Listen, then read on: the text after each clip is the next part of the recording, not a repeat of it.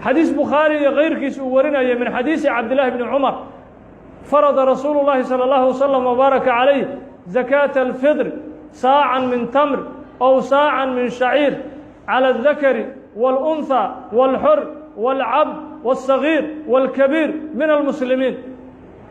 رسولك صلى الله عليه وسلم وبارك عليه كفر ديالي زكاة الفطر قفك وين إيه قفك يح انت بوالغربة يعني الشرط معها قفك زكاة الفطر اللي قبل حين أيو قانقار إنه يهي شرط معها عرور كيدا شيء ومال مجوغي والله قبل حين هي زكاة الفطر وحي كوينا اسكدف waxaa laga rabaa zakaatul fidri qof walba maalinta ciida iyo habeenka ciida noloshiisii maalinta iyo habeenkii wax ka badan heli kara ay waajib ku tahay zakaatul fidri.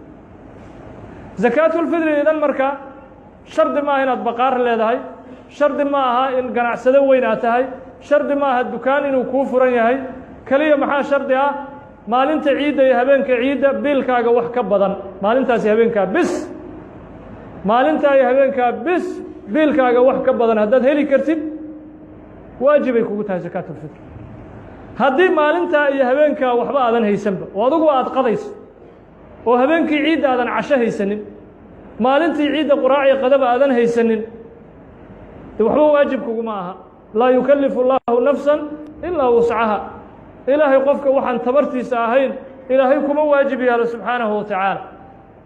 haddii laakiin maalintii ciidda iyo habeenkii ciidda biilkaaga wax ka soo haray aad heli kartid zakaatul fitri waajibay kugu tahay adiga iyo dadka biilkoodu ay waajib ay kugu yihiin. tusaale ahaan waalidku hadduusan waxba haysan oo biilkiisu waajib kugu yahay waxa waajib kugu noqonaya waalidka inaad ka bixisid, xaaskaaga inaad ka bixisid, carruurtaada aad ka bixisid, nafsadaadana aad ka bixisid. taas inta zakaatul fidri ay waajib tahay inaad ka bixisid waa naftaada iyo dadka biilkoodu ay waajib kugu yihiin. amaa dadka qaraabo ahaan gurigaaga kugula nool abtigaa dhalay, adeerkaa dhalay, waa deriska, waa qaraabo adigaa biilo laakiin waxaad u biishaa ixsaan gurigay ku nool yihiin. dadka noocaas oo kale ah zakaatul fidri inaad ka bixiso waajib ma aha maxaa yeele waxaad u biilayso waa ixsaan waxaad u biilayso. dadkaas oo kale zakaatul fidri ayagaa laga rabaa.